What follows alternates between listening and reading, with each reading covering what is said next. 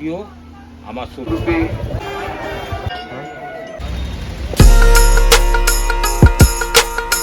Hey guys, welcome back to the channel. আমি ইন্দু চলে এসেছি আজকে আবার আরেকটা নতুন ব্লগ নিয়ে। অ্যান্ড আজকে আমি দু আগে এসেছি মহালয়ার।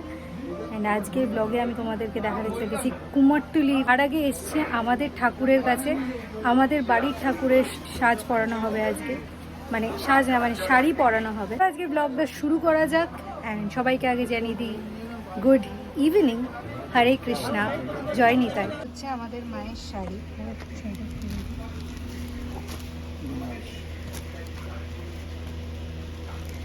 এইবারে আমাদের বাড়িতে মা এই শাড়ি পরে আসবেন।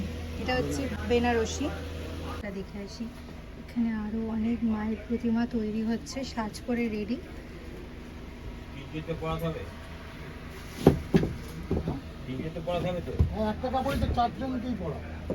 40 বছর ধরে আমাদের বাড়িতে দুর্গাপুজো হচ্ছে।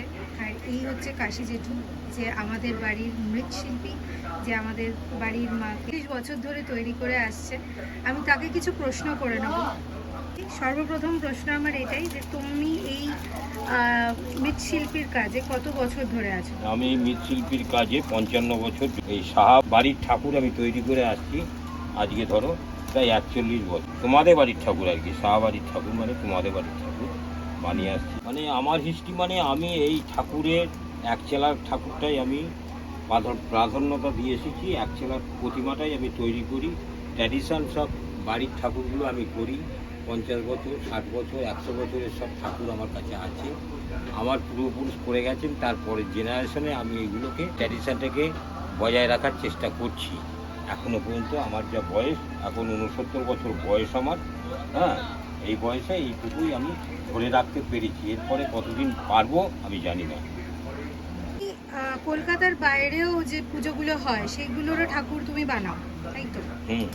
কলকাতার বাইরেও আমার অনেকগুলো ঠাকুর গেছে। হ্যাঁ, আমেরিকাতেও একটা গেছে। আর এমনি দিল্লি, বোম্বে এগুলো তো যায়। খড়গপুরও যায়।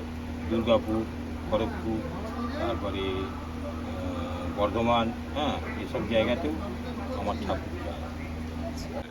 এটা মনমতো স্টুডিও। আমার শ্বশুরের নাম অনিল পাল। বর্তমানে আমি এখন, ওনারা গত হয়েছেন, তারপরে আমি কাশীনাথ পাল এই স্টুডিওটা চালাচ্ছি। তোমার যদি একটা কন্ট্যাক্ট নাম্বার তুমি 86 17 27 55 35। Thank you. আপনারা যদি কেউ ইচ্ছুক থাকেন আমাদের পালের কাছে ঠাকুর বানাতে, সে কালী পুজো হোক, দুর্গা পুজো হোক বা জগদ্ধাত্রী পুজো, রথের আগে এসে বায়না দিতে হবে, তবেই ওনারা কিন্তু ঠাকুরের অর্ডার নেবেন। আমরা বেরিয়ে যাচ্ছি। অ্যান্ড চলো বাইরের কিছু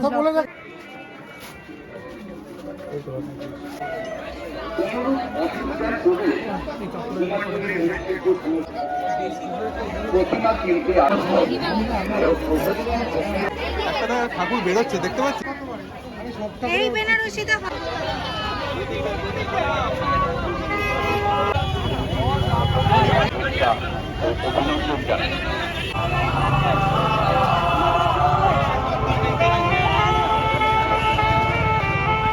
এবং প্রতিমা ভেঙে যাওয়ার থেকে সম্পূর্ণরূপে কুমারটুলিতে অসম্ভব ভিড় অ্যান্ড মানুষের এত সমাগম, ঠাকুর বেরোচ্ছে।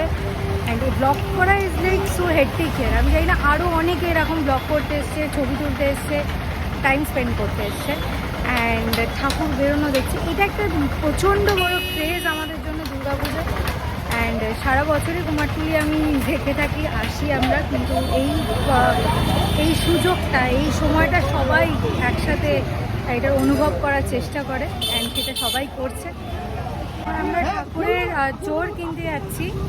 দেখা যাক বাবা কোথায় নিয়ে যায়, ওখানেই যাব জোর কিনতে, কার্তিক ঠাকুর আর গণেশ ঠাকুরের জন্য।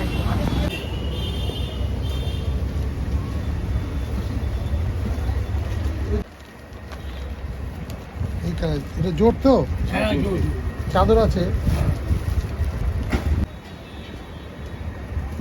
ঠাকুর বেরোচ্ছে বলে অসম্ভব ভিড়টা, সেটা তোমরা দেখতেই পাচ্ছ। ব্যাক টু ব্যাক এখন সব ঠাকুরগুলো বেরোচ্ছে।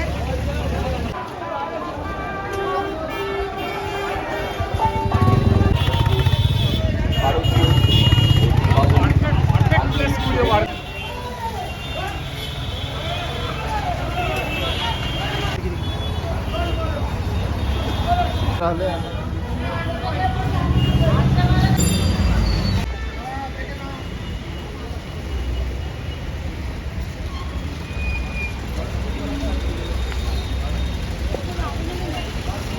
কি আমার ছবি তুলবো?